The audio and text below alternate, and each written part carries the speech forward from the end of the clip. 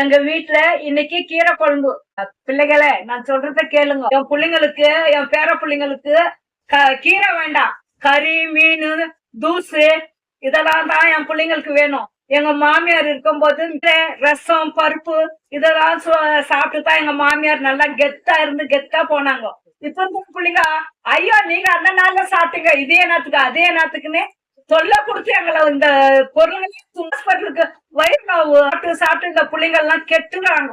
அந்த கெட்டு போன பொருளுங்க தான் சாப்பிடுங்க. வீட்டுல நல்லா உங்க வீட்டுங்கள்ல இது மாதிரி கீரைங்களை சாப்பிடுங்க. உங்களுக்கு சென்த் இருக்கும். கறி மீன் சென்த் இருக்கு. ஆனாலும் வாரத்தை ஒரு நாள் கறி மீன் துணுங்க. டெய்லி கறி, மீன், தூசு, பீஸா இதெல்லாம் துண்ணாதீங்க. துப்புறாங்க, ஜூஸ் தான் குடிக்கிறாங்க.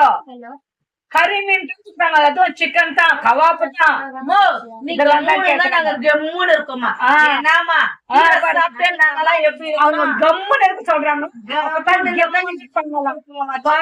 என் பிள்ளைங்க அப்படியா கொண்ட பிள்ளைங்க இதுதான் வேணும் அதுதான் வேணும்ன்றாங்க. உங்க இந்த மாதிரி வேண்டாம், நாங்க இப்ப புதுசு எல்லாமே புதுசு அப்படின்றாங்க.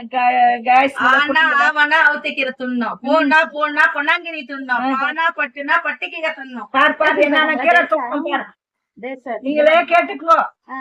பொன்னாங்கண்ணி கீரை துண்ணும், பாலக்கீரை துண்ணும், பருப்பு கீரை துண்ணும், அரைக்கீரை, சிறுகீரை எல்லா கீரைங்களும் சாப்பிடுங்க.